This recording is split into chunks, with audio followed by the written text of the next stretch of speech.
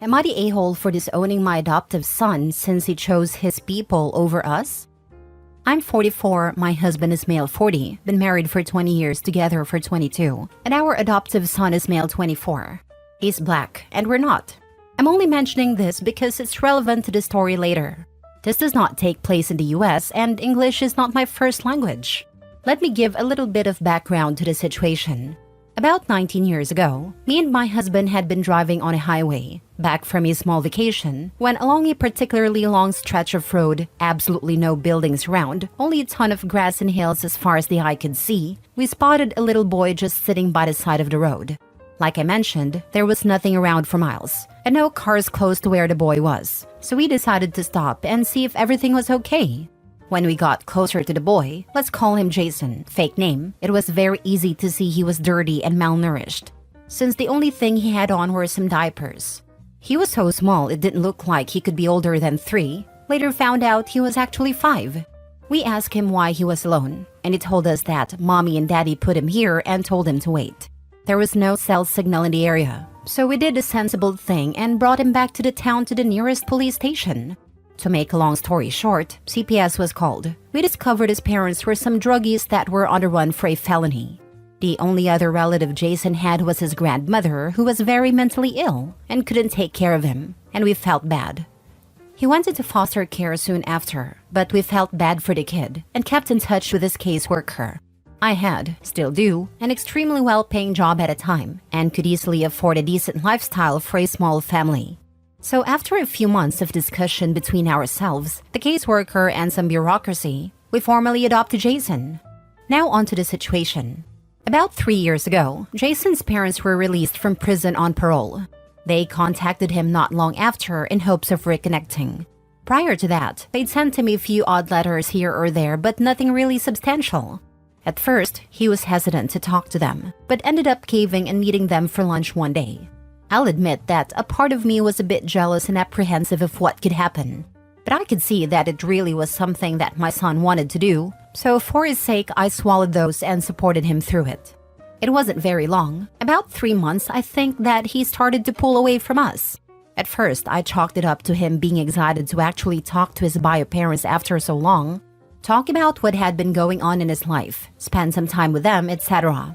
It started to bother me when he'd cancel plans with us last minute because mom had an emergency or dad really needs me to help with him something today, or whatever other excuse he could come up with. He used to come over to our house at least once a week, call every day or so, but now we were lucky if he even came by that month. Again, I thought that was just temporary, that he was just excited, and soon enough he'd start spending some time with us again. We were overjoyed when he invited us over to dinner one night. It was supposed to be a family gathering, us and his bio parents and his wife, girlfriend at a time. I wasn't exactly keen on meeting the people that had left my son for dead on the side of the road, but decided to give them the benefit of the doubt, thinking maybe they'd atoned and changed. Besides, he's our son, and we love him. We had to at least try. To say the dinner was a disaster is an understatement. His bio mom was extremely rude to me and my husband the entire night, making passive-aggressive, bigoted, and racist remarks every chance she got. His father was much the same. It all came to a head when she straight-up called us some slurs and threw a glass at my husband. A screaming match followed and we left soon after. The next day, Jason apologized profusely and promised they'd never do something like that again. I told him neither me nor my husband wanted to have anything to do with him and would appreciate if he understood that. He seemed to, but continued to pull away the next few months. And that leads to what happened last week. Jason proposed to his girlfriend about 9 months back and has been preparing for the wedding since. Of course, we were overjoyed for him, but a few months went by and no invitation came. Every time we asked, Jason would say they hadn't been sent out yet and changed the subject. Well, last week my husband saw a Twitter post from one of Jason's friends, his groomsmen, that went a few weeks back with the invitation in hand. We confronted Jason about it the next time he came over, only for him to drop the bomb on us that we hadn't been invited. We asked why, and he said his parents didn't want us there and wouldn't come if we did. I was freaking furious. I asked him how could he choose those pieces of trash over us, why they were so important. What did we do to deserve this kind of treatment? His answer? They understand me better. They're my people. At this point, my husband was crying, asking how could he do this. I've only ever been truly angry a few times in life, and this moment managed to top all of them. I threw him out right then and there and told him to never come back, that he wasn't our son anymore. I spent the rest of the day hugging my husband and trying to calm him down. The next day, I canceled everything we'd paid for the wedding, which was basically everything important, even the ones we couldn't get a refund on. Of course, Jason had a gall to call and scream at me, asking how I could do that to him. Where would he find replacements for a wedding that was supposed to happen only a few months from now? I told him I didn't care, and said, maybe you should ask those two leeches you call parents for some help. 19 freaking years of my life spent raising and loving a kid that I considered my own son, only to be treated like garbage. Giving blood, sweat, tears, so he could have a good life. All the love we could possibly give. And that's what we get as a reward? As for why I'm asking if I'm the a-hole, some people have been calling and messaging us, mostly Jason's friends and a few of our family members, calling us heartless and monsters for doing what we did to him. And that's honestly got me questioning if I went a bit too far in anger. After all, parents are supposed to love unconditionally, right? But if so, how do we ever get over something like this? How can we deal with this feeling of betrayal? Are we justified in feeling like that? Am I the a-hole? Now for the top comments. Info. Did Jason receive therapy growing up? Did you have family therapy? When the bio parents returned, were you open with Jason about your feelings? Raising him, did you expose him to a black community and discuss the complexities of race? Yes, he did receive therapy. As for exposing him to the black community, I know this is different in the US, but over here we don't really have a black culture. The whole country is pretty diverse, even more so in the city we live in, so he did get a lot of exposure to other black people. At least a third of his classmates were black. He did get very into US black culture when the internet started becoming more accessible here, and we did encourage him a lot. He did face some racism growing up, and we of course helped him through it. Forget everything else. Why would you pay for a wedding you aren't even invited to?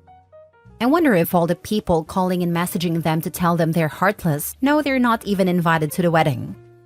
Not only this, but Jason made it seem like they were invited because he knew it was messed up. He kept saying that invites weren't out yet and stringing them along. He only admitted it when they saw the pictures of someone with an invite from months before. He was perfectly happy to let them pay and keep them in the dark as long as possible. At this point, he wants the love and family of his bio parents, but the money and support from the people that took him in and raised him. He might not 100% realize what he's doing, but that's what's happening. Not the a-hole. Did he seriously expect you to pay for a wedding you weren't even invited to? The damn audacity of it has my blood boiling. Learning it from his new parents. His learning leeching from some of the best. Next story. Am I the a-hole for saying I wouldn't allow my brother and his kids live with me when I buy my house?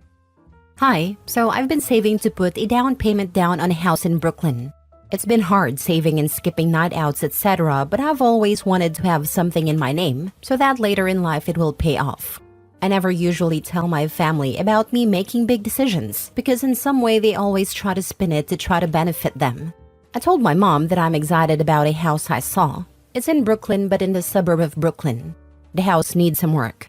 New driveway, paint. I definitely would redo the kitchen. I've always been handy, and I could do most of this stuff myself or figure it out. I've fixed/worked on my car by watching videos on YouTube, so I would probably do the same with the house. But I wouldn't mess with the plumbing or electrical work. It is a decent-sized house. Has 3 bedrooms, 2 bathrooms, and has a decent-sized yard. I told my mom about it, and she told my older brother. It's him, his wife, and 3 kids. They live about an hour and a half north, but he also works in the city like me. He called me and told me how our mother told him about the house. He does work as an electrician and said he could help if I needed. I thought, oh wow, that's great. He has his own house up north as well. I've been approved for the loan and waiting on paperwork, etc.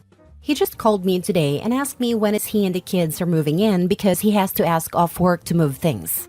I was so confused because I thought he was just messing with me.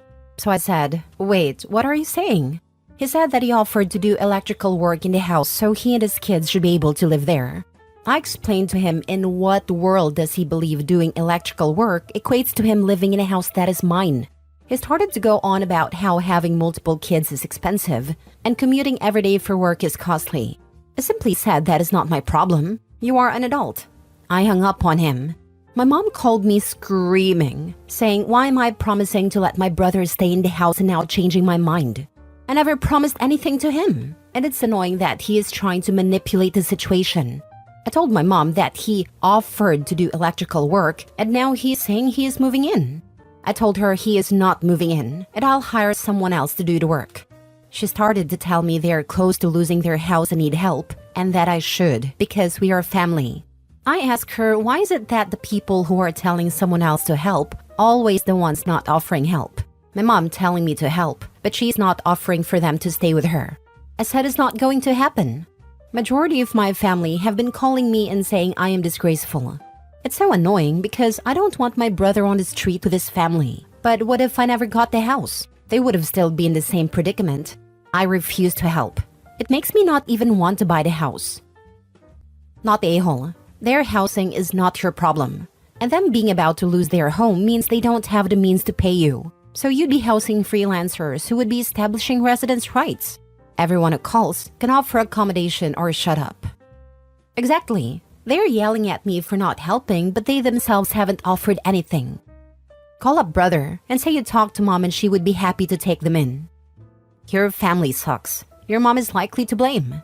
Boundaries are your friend, not the a-hole. Yeah, there's no such thing as that in my family. That's why I usually do everything secretly. They don't even know what I do for work. Don't even give them the address at this point. I smell boundary stompers.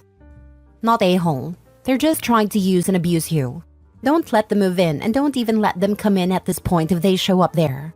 I never usually tell my family about me making big decisions because in some way they always try to spin it to try to benefit them.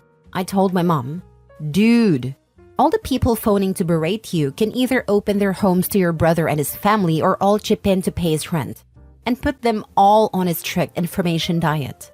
Block the flying monkeys and go low contact with your mom and brother for a while. Why are you knowingly giving them so much power over you? I think even when we know we have quite toxic families and are best off being low contact, when big life events happen, there's still this desire to share it with our moms and somehow magically hope we will get a nice response. Unfortunately, we always get disappointed. OP is aware. I feel sad for you, OP. Your family sucks, but you sound clever and resourceful. Congratulations on a house and don't give family the address. Last story. Am I the a-hole for asking my aunt to not bring her kids when she comes to see us? My 16 male brother Danny, 17 male, currently is in at-home hospice care. He has metastasized bone cancer, and he's conscious but in bad shape, and understandably pretty upset with the way things has gone down. The doctors are saying 3 to 5 weeks. Our parents chose not to tell him, and he blew up at them, and there was a crap ton of screaming and crying. He's living in the living room since the stairs are a no-go, and life as we know it is finally approaching its bitter end. We've reached a part where our family is starting to come and say goodbye, and my aunt is due to come with her family next week. Danny wants there to be no kids because they're stressful. He doesn't have the patience he used to have, and he gets really angry. And it's really not an environment where kids should be playing. It's not just small children, it's me too at times, but Dan apologizes and we go back to being bros. Anyway, my aunt has 3 boys under the age of 10 and she plans on bringing them all. We're not close with these kids, we don't like them, and our mom told the both of us that we have to make an effort for her sister. Our 7-year-old niece, who we are close to, was here last week, and she messed up by standing on his IV line, and he exploded at her and screamed, "You're messing up everything, you stupid bee," because his brain isn't working like how it used to. I basically said screw it and called my aunt, explained that Danny can't handle her kids, and asked that she not bring them. She blew up at me and told me that I didn't have the right to tell her who can and cannot set foot in her sister's house, and she's not coming at all now. This has obviously caused a huge amount of stress in the family, and my mom had crying breakdown this morning at me, called me an a-hole and a bastard, and threw a salt shaker at me. But she's living in her own world and not doing anything, so I told her that back. Danny's out of it. My mom says I'm the a-hole and my dad is constantly working since he can't face the music. Am I the a-hole? Now for the top comments. Not the a-hole. You're a good sibling. And if your parents are too caught up in their grief, at least Danny has you there to help share his needs and wants with others. Sending you and your family my very best during this unbelievably difficult time. I am so proud of Opie for voicing his brother's needs to their aunt. An absolutely courageous stand to make as a teen in such an awful situation. I hope all the love in the replies here bolsters his spirits. He's doing so well. Not a-hole. This time should be about making your brother as comfortable as possible. Yes, the family wants to visit and say goodbye, but his well-being and mental state are what matters most. As a mother, I cannot comprehend putting someone else's wishes and wants in front of my dying child's wishes and needs. This is an upsetting time for everyone, and bringing impressionable children around when they most likely will not understand the enormity of the situation and behave accordingly is crazy. Yes, your mother needs support from her sister, but your aunt should, as an adult, realize the kids will cause unnecessary chaos. I deeply feel for you and your family, and wish you all as much love and peace as possible in this devastating time. Thank you. I hope your kids are always well. The priorities here are your brother, you, your parents, then other people. It sucks that you have to be the adult, but as I don't have to tell you, everything sucks. If kids tire brother out, then no kids. They can make drawings. Tell them they can yell at you in a year when you've all had time to grieve. Okay, now to you. Do you have anyone, older, trustworthy, that you can bring in like today? Friends, parents, other cousins, uncles, anyone? I hear you giving Dad a pass. But no, he's not allowed to escape in work when something of this magnitude is being parked on a 16-year-old kid. Mom seems like she truly is out for now, so Dad has to help find another adult to run logistics, interference, and support. It's awful, but you're not alone. The YMCA often has bereavement gatherings, or the hospital, or the hospice. There's a whole known set of stresses unique to being the healthy sibling, and feeling guilty and deserving of care, because your brother's needs are so great and time-limited. But you are a son, a brother, a child, losing someone important, and you matter too. This is all too much for the adults. It's way, way, way too much for a 16-year-old. You need support, and someone you can put between you and a whole aunt. I hope for a peaceful, loving, pain-free passing for your brother, and people who can envelop you and your parents, so you can be given the care and space you need.